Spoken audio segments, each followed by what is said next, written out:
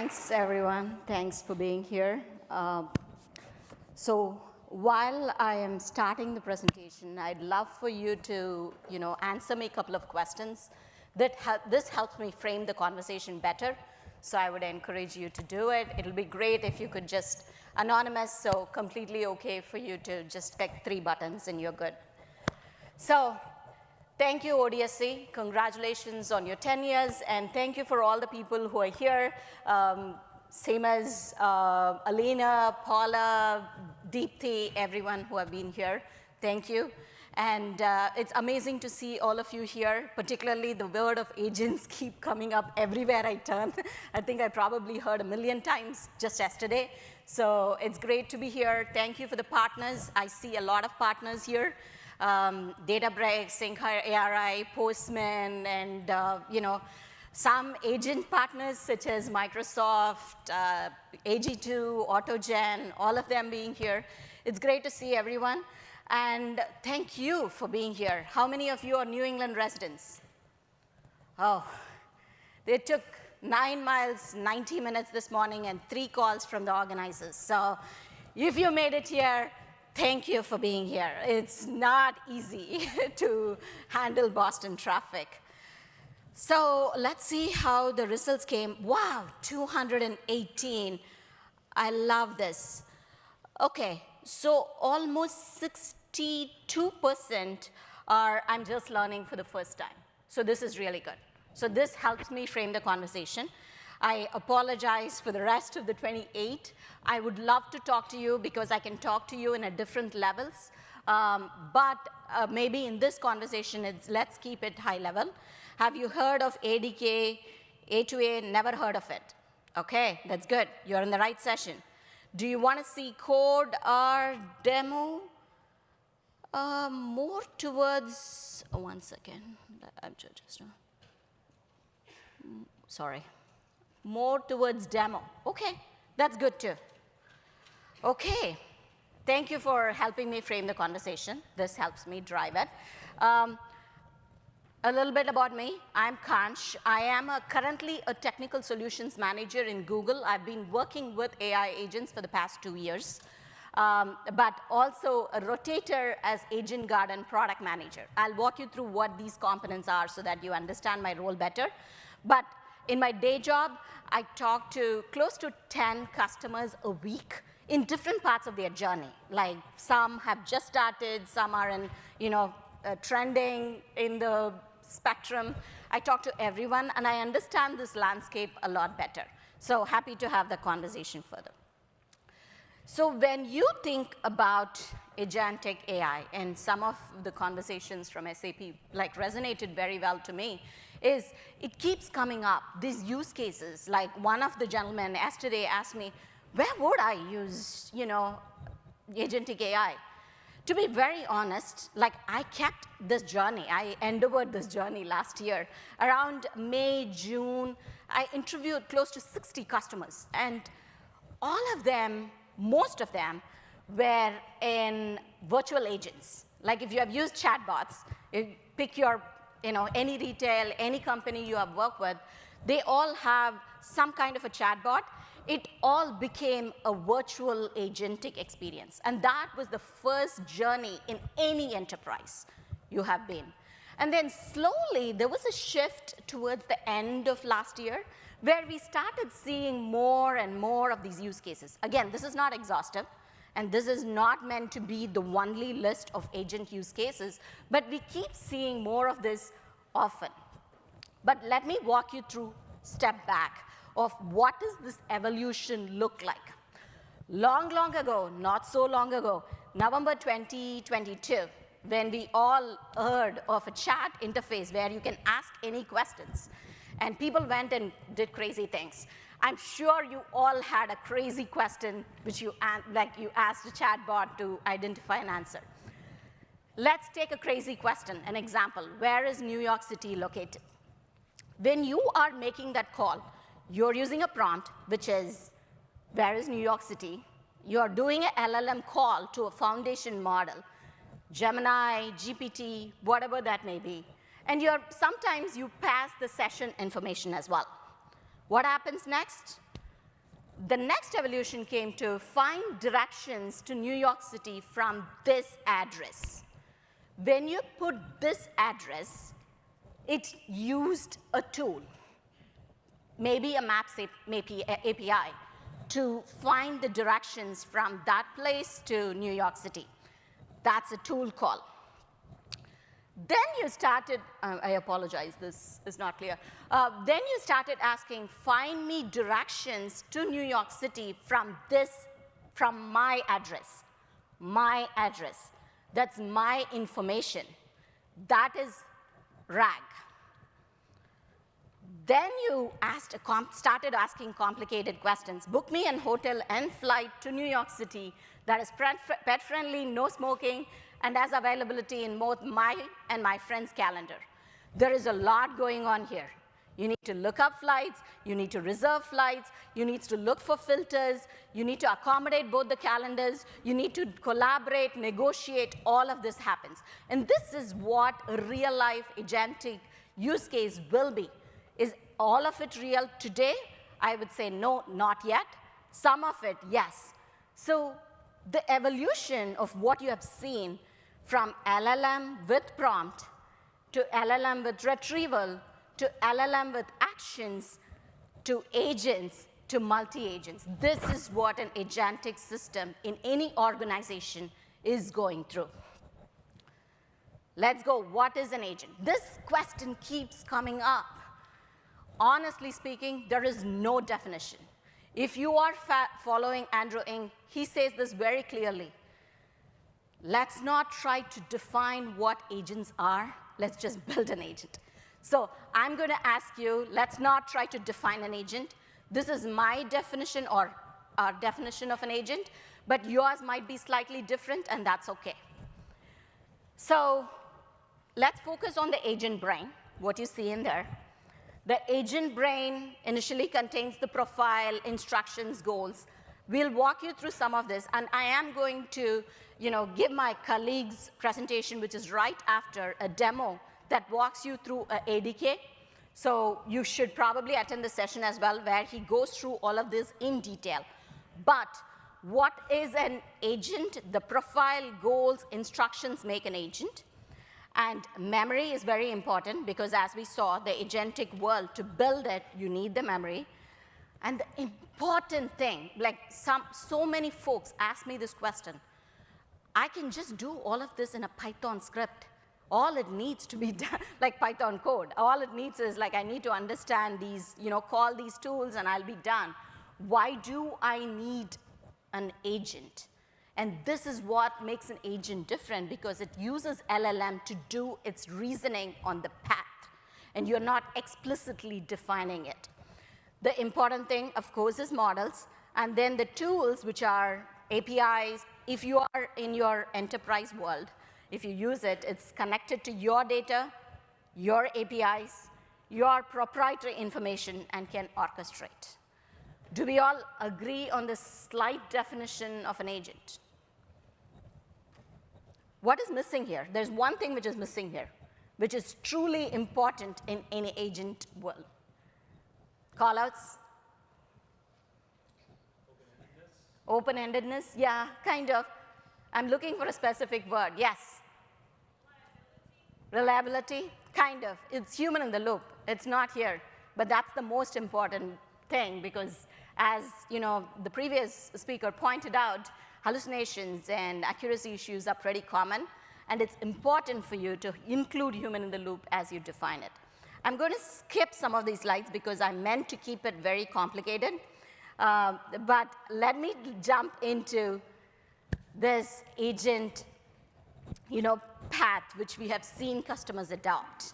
So for me, this chart actually shows how I've seen customers adopt. There is, let's go from the top, right? There is this configurable out-of-the-box agents. If you are probably one of those who use some of these agents, like co-pilots and things like that, those are the assistant kind of agents. And then there is agent building with no-code tools, which are available out there. All you need is a natural language, and it builds its stuff. And then there are low-code tools. You need to know slight coding, but you don't need to know more. And then fully coded environment where you are building things. If you are in any of these spectrum, you are still in the agentic world, but the focus today is pretty much in the bottom where you are trying to build your own agent. How do you build your own agent? In Google, we offer for builders these 3 products. And I'm in that bottom side, by the way, Agent Garden, that's my product. I will show it to you a little bit later. But Agent Garden is where you see samples and codes which you can use to build it. And I am going to show it to you. And Agent Engine is a runtime. So if you have used any kind of deployment platform, that is this deployment platform. It doesn't have to be agents. Say if you're running application code and you have deployed it using Kubernetes, then that's a deployment platform. And that is essentially it. And the top piece of it was just announced in April in Google Next conference last month. It is Google Agent Development Kit. And this is what Ivan is going to be showcasing at 10 o'clock in a demo, where he will walk you through an agent which you can build with him in a workshop. But what does it do? It has a UI, and I'm going to walk you through this code, where you would be able to interact and build the agent by yourself. It has background processing agents, real-time agents, all of the things which it offers. You could connect it with tools. It could be pre-built tools, SAP, Salesforce, Workday, all of those. Automation workflows, any of that you have handled in the past. Okay. So you wanted to see a demo, so I'm going to share this demo, and I'll walk you through the code as it does. Yeah, I put the bottom note. So what this essentially the data science agent does, before I do that, let me walk you through this, sorry. This is Agent Garden. Essentially, when you enter inside Google Cloud Console, you would see this if you search for Agent Garden. And it has, I wouldn't call pre-built. Pre-built means it is production grade. But these are samples of code which you could see and build it yourself. So let me pick data science agent. And it shows where and how, what does the architecture look like, what it does. It does have an open GitHub. And when I go in there, you would see that it opens up to the GitHub, where the actual code with README, with all of the details exist. And if you have any issues, of course, you could raise PR, and you should be able to see it. Get response. We are pretty active on it. So this data science agent code is what is being shown here. Sorry. Excuse me. Is what is being shown here. When you are running the code, this dev UI, again, it's not deployed anywhere. It's just a developer UI. You would be able to use to test it. In this case, it generates natural language to SQL, natural language to Python, and natural language to a machine learning model. All 3 in this one agent. It defines, based on the question, you can connect against any data, structured data, and you would be able to use it. So, excuse me. So as you could see here, the UI is pretty useful by itself. If you have used some of the agent developer frameworks out there, this is one of the unique differentiators, in my opinion. And you would be able to not just ask natural language questions, you could even use voice, use a video. There are examples out there. You could do computer use in this samples of what you would be able to use it. Here in this case, they are showing training a BigQuery model. Excuse me.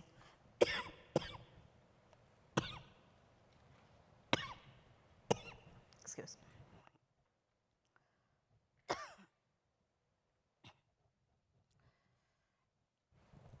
In this case, it shows the create model. I apologize. And evaluating the BigQuery model. So Thank you, Ivan. Thank you. Thank you, Iman. This is what Googlers do. So this is the developer kit where you would be able to develop the agents. And while we are going through developer journey, now you have developed an agent. I have shown you where the code is, which is in the GitHub. You could access it through Agent Garden, and you would be able to see the code. And there are some YouTube videos which demonstrate this as well. You could look up for ADK with data science agent, and you would be able to use it. And some of this are pretty clear in the docs itself. But if you want to deploy it, that's when you use a product called Agent Engine.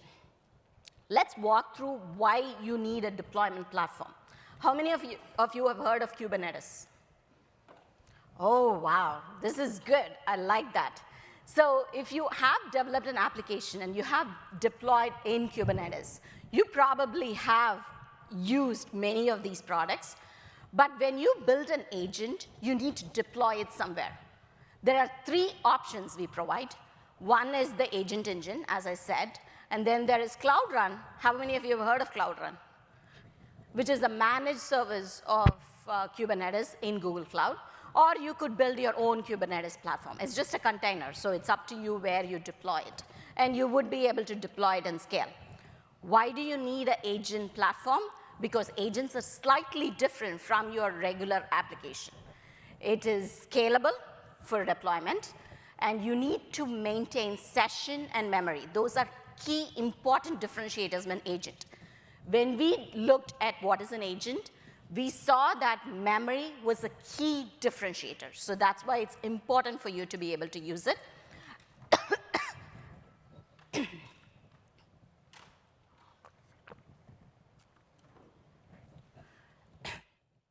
And it's framework agnostic, which means you can use LangGraph, AG2, Crew AI, AutoGen, any of this, and it will work. Demo, please go to Ivan's session at 10 o'clock, 10:30, where he will walk you through this workshop in steps. Many of you haven't heard of A2A. If you haven't, I do highly recommend you read through this, because one of the major problems in today's world, which is still not, in my opinion, resolved, is how do agents collaborate with each other. And A2A is one of the open source protocols which were released by Google, and also as accepted as one of them by Microsoft as well, to collaborate with agents together. There is a reasoning behind why this was developed, but this is one of the conversations which is key in today's world. If you have created an agentic environment, and if you have used a framework, those are really good. Like, you could build multi-agent systems pretty much well, but if you want 2 agents to communicate together, you need handshakes, you need more context passing, you need more protocols to be established. And that's one of the key things which we have derived in this.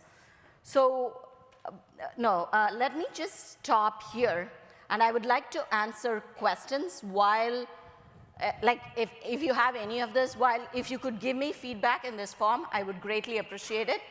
But in the meantime, I'm happy to answer questions for the next 5 minutes. I know I ran through and my cough didn't stop. I apologize. Yes, questions, please. We talked about hallucination. As we think about agents interacting, is there a concern of hallucinations cascading through the system that needs to be tackled in a different way? Just thinking about now we're connecting multiple systems together. Yeah, I think hallucinations by itself is a phenomenon which we need to tackle.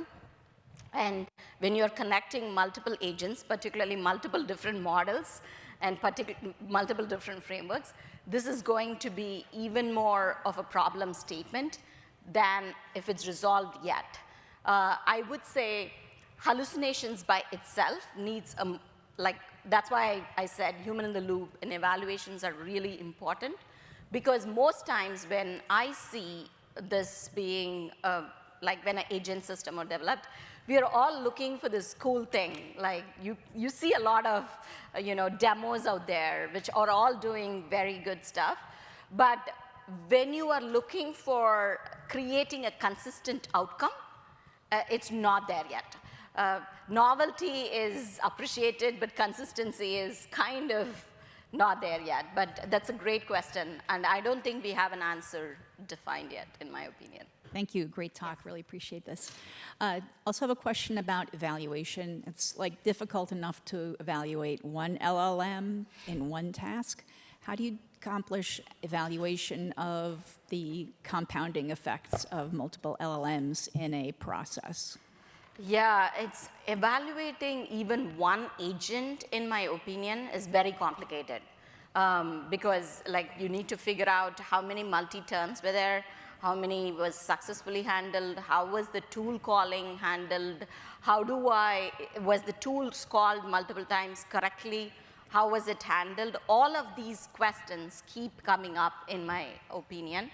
And evaluation of multi-agents with agent-to-agent collaboration. So these are two different things. One is within an agent, if it's functioning properly, and that it's a complicated step. And there are some evaluation benchmarks and services that are out there which solves this purpose. And then there is the second system where when multiple agents are collaborating together, it needs to work well. The first part of it, which is within an agent, I think it's quite clear, or at least we are forming an opinion in my mind. There are some evaluation benchmarks out there. But this multi-agent, multi-model framework outcome, I do not believe I've seen a good article. If there's anyone who have seen something, I would love to know, but I haven't seen anything which is of good use yet. Hi, thanks for your talk. Going back to the hallucinations and the human in the loop, it seems like a lot of the excitement around agents is taking actions on behalf of people with multiple agents talking to each other to accomplish a task.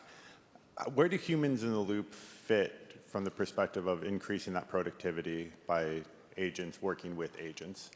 Most frameworks do offer human in the loop as a feature because essentially we don't want, particularly hallucinations being a common thing, we don't want the agents to action without being, at least in my opinion, we shouldn't be defining an application without a human in the loop who's taking certain action. Most times when I have seen customers building, the accuracy is pretty low. It's not there yet. So in my opinion, if you are building an application, human in the loop needs to be there because certain actions cannot be taken. Like retrieving a result and providing, that's a totally different thing. And even that has problems, as in the SAP speaker mentioned. He said 44,000 hike, give me a hike. That should not be the case. But there are certain actions you don't want anyone else other than a human be taking at this point. Thank you. Thanks. Thank you.